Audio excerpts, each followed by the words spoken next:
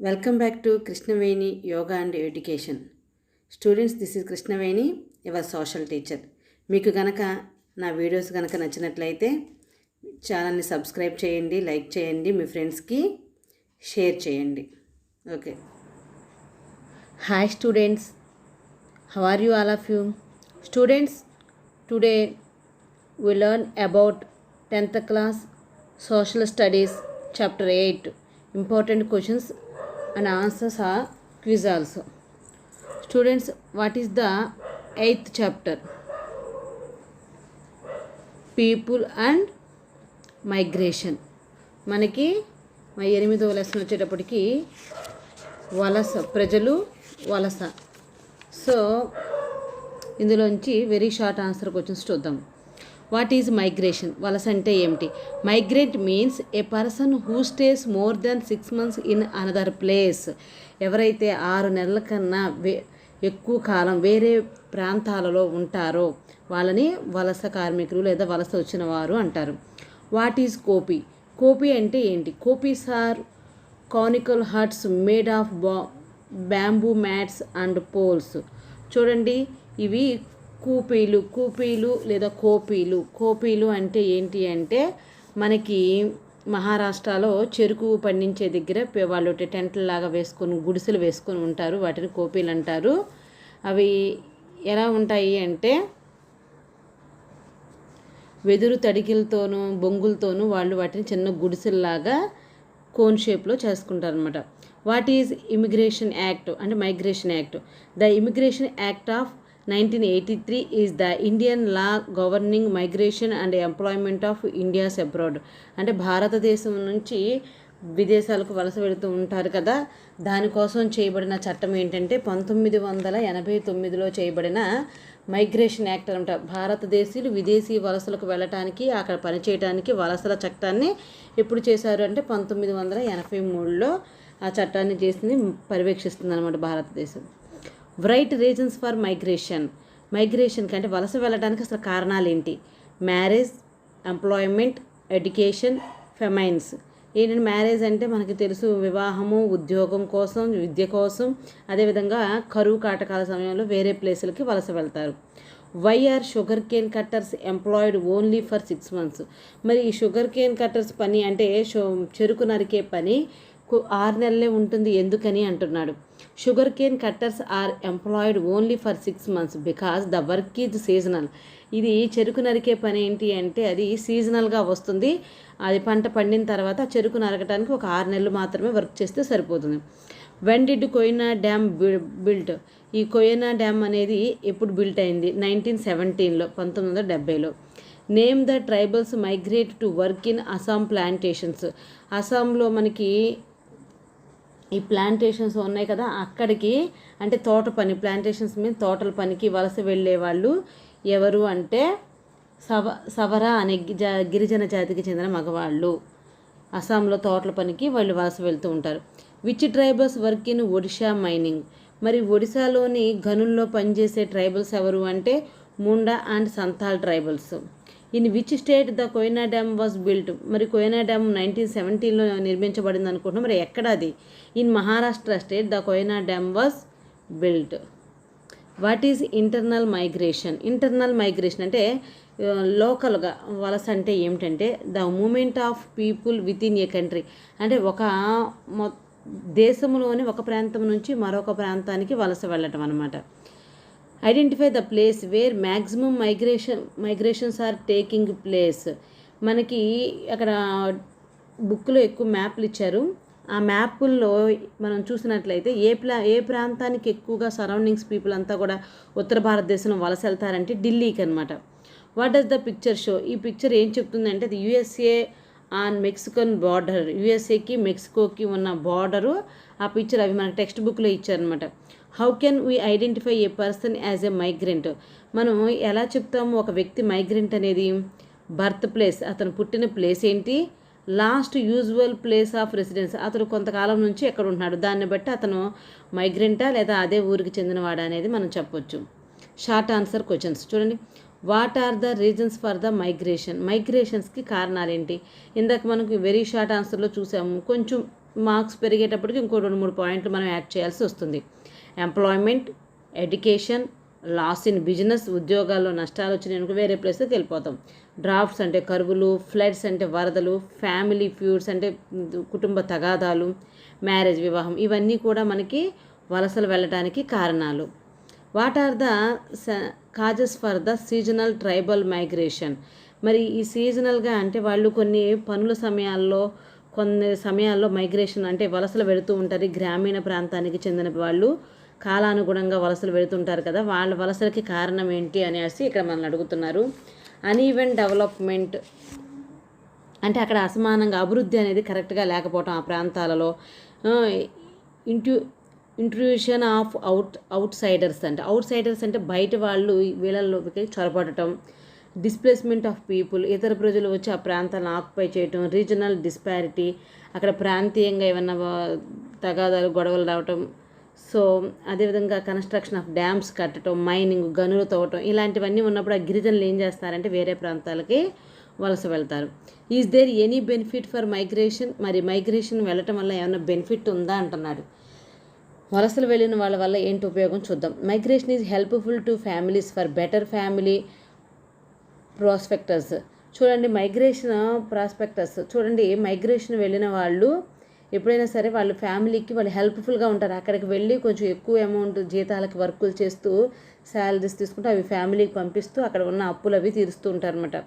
People will also get opportunities for education, take up new jobs and acquire new skills. అక్కడికి వెళ్ళిన వాడు కూడా చక్కగా పెద్ద చదువులు చదువుకోవడానికి కానీ, లేకపోతే జాబ్స్ చేయటం, లేకపోతే న్యూ స్కిల్స్ డెవలప్ చేసుకోవడానికి కానీ మనకి వలసలు వెళ్తూ ఉంటాం. So that it will also increase income levels. ఇవన్నీ మనం ఆటోమేటిక్గా ఆదాయం పెరగడానికి మనకి కారణాలు అవుతాయి. Do you think migrants are trouble makers or trouble shooters in their destinations? Justify your answer. వాళ్ళు వలస వెళ్ళిన వాళ్ళు అక్కడ వాళ్ళు ప్రాబ్లం క్రియేట్ చేస్తారా, వాళ్ళే ఒక ప్రాబ్లం అవుతారా, అక్కడ వాళ్ళే ప్రాబ్లమ్స్ ఫేస్ చేస్తారా? నువ్వు నీ మాటల్లో చెప్పు అని అంటున్నారు.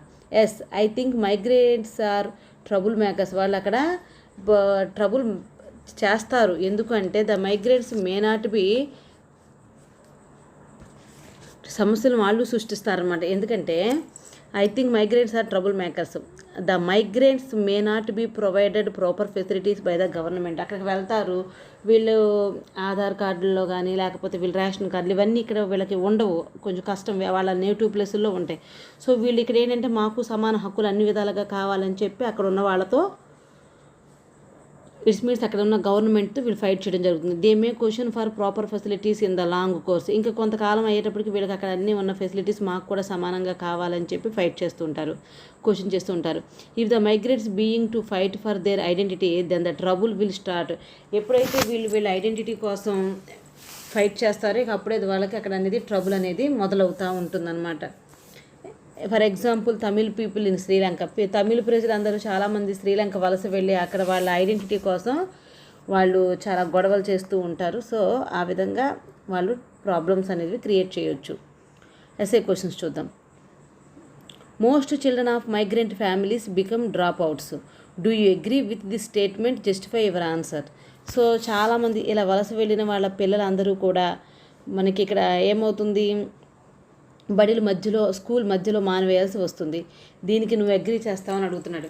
Yes, I agree that children became drop out if the parents are migrants. ఎప్పుడైతే పెద్దవాళ్ళు వాళ్ళ పేరెంట్స్ వలస వెళ్తారో పిల్లలు అప్పుడు స్కూల్ మానివేయాల్సి వస్తుంది. When families migrate children also accompany their parents. ఎప్పుడైతే చిల్డ్రన్ అనేది అంటే పేరెంట్స్ అనేది వలస వెళ్తారో వాళ్ళతో పాటే వాళ్ళ పిల్లలు కూడా వలస వెళ్తారు. They cannot get admission in schools in their parents work place without transfer certificate. వీళ్ళు అక్కడికైతే వలస వెళ్తారు కానీ వాళ్ళు టీసీ తీసుకువెళ్ళరు కదా, దాంతో ఆ కొత్తగా వెళ్ళిన ప్లేస్లో వాళ్ళకి అక్కడ ఉన్న సరౌండింగ్స్ ఉన్న స్కూల్లో వాళ్ళకి అడ్మిషన్ ఇవ్వరు. When parents school in their native place refuse to take them when they come back. కొన్ని రోజులు అక్కడ వర్క్ చేశాక మళ్ళీ వెనక్కి వచ్చి పాత స్కూల్లోనే జాయిన్ అవుతామంటే వీళ్ళు ఇక్కడేమో అంగీకరించరు.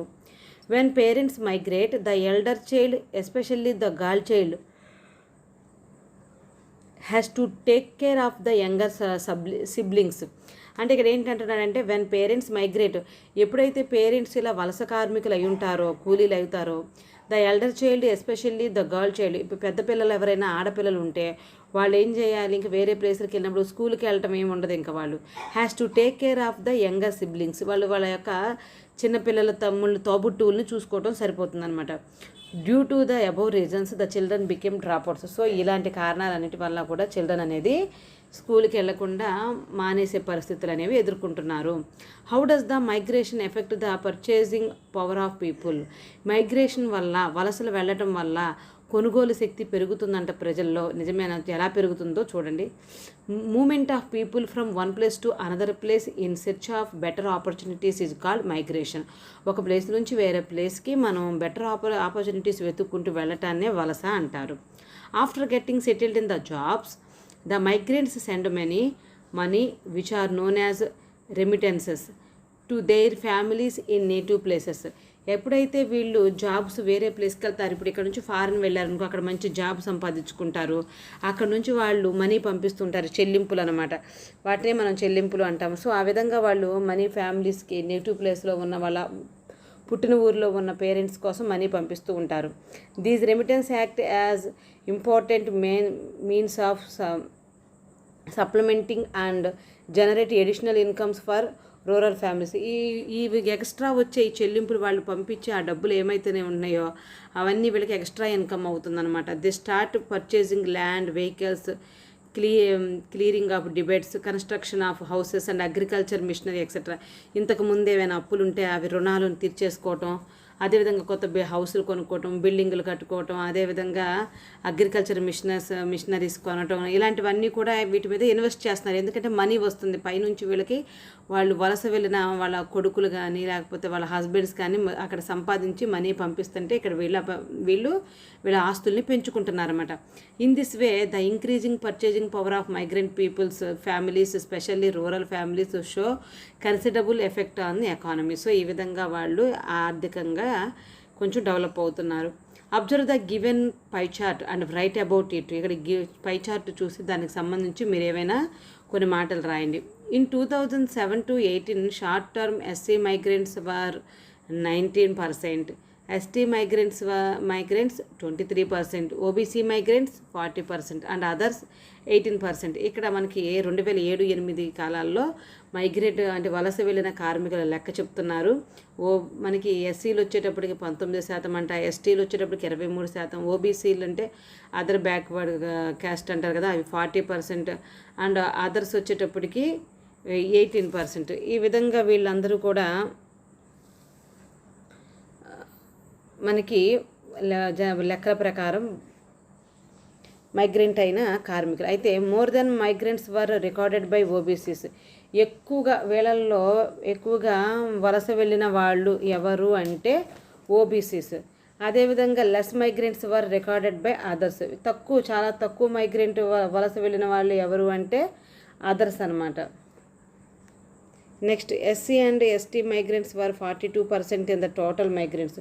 ఎస్సీ ఎస్టీ వాళ్ళు మొత్తం టోటల్ మైగ్రెంట్స్లో ఎంత వలస వెళ్ళారు అంటే చాలా తక్కువ, 42% అంటున్నాడు. It indicates the backwardness of the ఎస్సీస్ అండ్ ఎస్టీస్. అది వాళ్ళ యొక్క వెనకబడితనాన్ని మనకి ఇక్కడ చెబుతుంది అని చెప్తున్నాడు.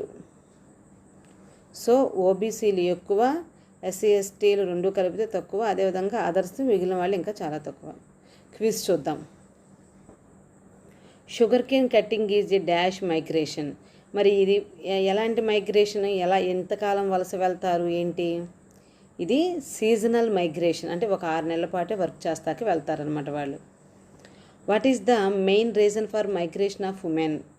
మరి స్త్రీలకు మెయిన్ రీజన్ ఏంటి వాళ్ళు వలస వెళ్ళడానికి? ఇది మీ అందరికీ తెలిసిందే, marriage. According to national census surveys every dash person in India is a migrant. చూడండి, మనకి జాతీయ జనాభా గణన లెక్కల ప్రకారం ప్రతి ఎంతమందిలో అంటే ప్రతి నలుగురిలో ఒకళ్ళు మైగ్రేషన్ వెళ్ళిన వాళ్ళు అనమాట, అంటే వలస వెళ్ళిన వాళ్ళుగా మనము చెప్పుకోవచ్చు. ప్రతి నలుగురిలో ఒకళ్ళని వలస వెళ్ళిన వాళ్ళుగా మనం చెప్పుకోవచ్చు. అది ఎప్పుడు జరిగింది? జాతీయ జనాభా గణన ప్రకారం, అంటే అది 2001 నుంచి 2011 వరకు వాళ్ళు చేసిన సర్వే ప్రకారం ఏం చెప్తుందంటే ప్రతి నలుగురిలో ఒక వ్యక్తి వలస వెళ్ళిన వ్యక్తి అనేసి. This is an international migration. Srikakulam to Delhi Tirupati to Amaravati, Bengaluru to Mumbai, India to Saudi Arabia. International అంటే మన దేశం నుంచి వేరే దేశానికి, కాబట్టి ఇది India to Saudi Arabia. Rural seasonal migrants work in, గ్రామీణ ప్రాంతాల్లో మైగ్రెంట్స్ వర్క్ చేసేది ఎక్కువగా ఎక్కడ? అగ్రికల్చర్ మీద, అంటే వాళ్ళు వ్యవసాయ పనుల కోసం ఒక ప్రాంతం నుంచి మరో ప్రాంతానికి వలస వస్తూ ఉంటారు. The main reason for migration of women is marriage. Males migrate for employment opportunities. Which of the statements is are correct? ఈ రెండిట్లో ఏది కరెక్ట్? ఒకటి కరెక్టా, రెండు కరెక్టా, లేకపోతే రెండు తప్ప, ఏంటి అంటున్నాడు చూడండి. అమ్మాయిలు వెళ్ళేదేమో వలస ఎక్కువగా పెళ్లి చేసుకుని, అబ్బాయిలు వెళ్ళేదేమో వలస దేనికోసం అంటే జాబ్ ఆపర్చునిటీస్. మరి రెండు కరెక్టే కదా? Yes, both 1 and 2 are true.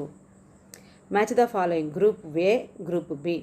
Group ఏలో మహారాష్ట్ర, కర్ణాటక ఉంది చూడండి. గ్రూప్ బిలో పంజాబ్, ఢిల్లీ, కాఫీ, షుగర్.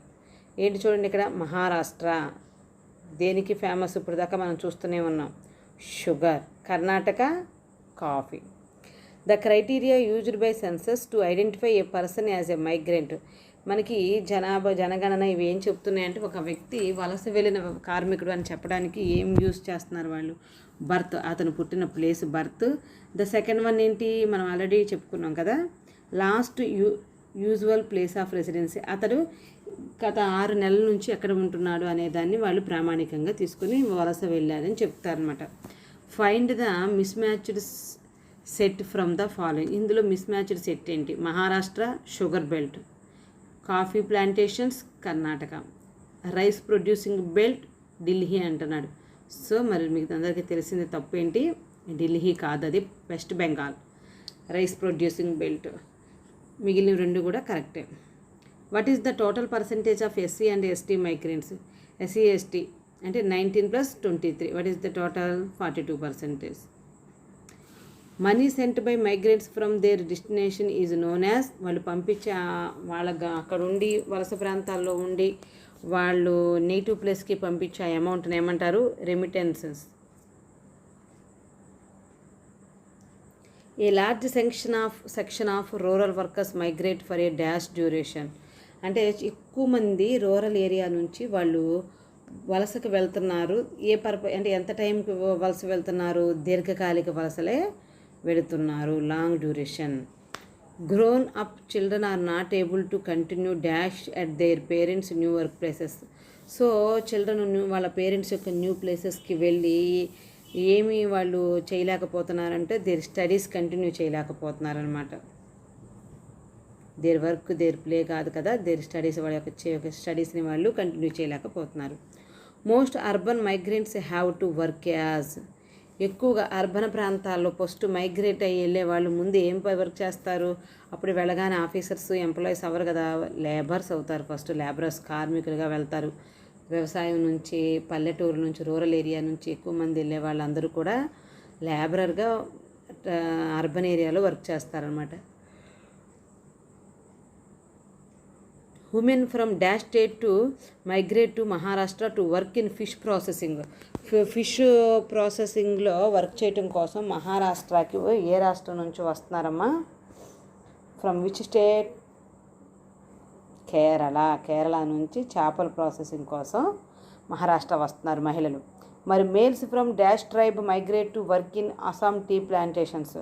అస్సాంలో తోటలు పనిచేయడానికి ఏ జాతి వాళ్ళు వస్తున్నారు? సరోరా అంటే సవర జాతి అంటారు చూడండి, సవర జాతి వాళ్ళు. Maharashtra has a total of dash cooperative sugar factories. మహారాష్ట్రలో ఎన్ని కోఆపరేటివ్ షుగర్ ఫ్యాక్టరీస్ ఉన్నాయమ్మా? సహకార చక్కెర కర్మాగారాలు అంటే 186. This district does not include in sugar belt. మనకి మహారాష్ట్రలో షుగర్ బెల్ట్ అని చెప్పేసి మనకి కొన్ని ప్లేస్ ఇచ్చారు, వాటిల్లో కింద ఏది లేదు అంటున్నాడు చూడండి. బీడ్. అయితే బీడ్ ఏంటి అంటే చూడండి ఒక్కసారి, నాసిక్, అహ్మదానగర్, పూనా, సతారా, సాంగ్లీ, కొల్హాపూర్, షోలాపూర్ ఇవన్నీ కూడా మనకి షుగర్ బెల్ట్గా పిలువబడుతున్నాయి. అయితే ఇంకా కొన్ని దక్షిణంలో, ఉత్తరానేమో సూరత్ గుజరాత్లోను, అదేవిధంగా దక్షిణాన బెల్గం కర్ణాటకలో కూడా ఈ షుగర్ బెల్ట్ ఉంది. అయితే మరి ఇంకా వర్షాధార మెట్ట భూములున్న మరఠ్వాడాలోని 5 జిల్లాల్లో బీడు, జల్గావు, అహ్మద్నగర్, నాసిక్, జల్నాలు ఇవి చెరుకు నరకటానికి ఆ సంవత్సరంలో 6 నెలల పాటు అక్కడ వలస కార్మికులను పంపిస్తాయంట. సో ఇక్కడ ఏంటంటే ఇక్కడ షుగర్ బెల్ట్ లేదు, ఇక్కడ నుంచి కార్మికుల్ని పంపిస్తుంది బీడ్ నుంచి. ఓకేనా, డిఫరెన్స్ అర్థం చేసుకోండి. గాడీ సెంటర్స్ హ్యావ్ డాష్ కోపీస్. ఇక్కడ మహారాష్ట్రలో ఉన్న ఈ హౌస్ని అంటే చెరుకు పండించడానికి వెళ్ళిన ఆ ప్లేస్లో వాళ్ళు సెట్ చేసుకున్న హట్స్ని కోపీలు అంటారు. మరి గాడి అంటే కొన్ని కోపీల్ని కలిపి ఒక గాడి అంటారు. అంటే 50 నుంచి 100 కోపీలు ఏవైతే ఉంటున్నాయో వాటిని గాడి అంటారు. గాడి కేంద్ర నివాస ప్రాంతాలు అంటారు. అదే 200 to 500 కోపీలు అంటేనేమో టైర్ కేంద్ర శిబిరాలు అన్నమాట అవి. Most short term migrations in India in 2007 to 2008 of ఎక్కువగా ఈ 2007 నుంచి 2008 ఈ టైంలో మైగ్రేట్ అయిన పీపుల్ ఎవరంటే OBCs. Okay students, thank you. బాగా చదవండి. బాయ్.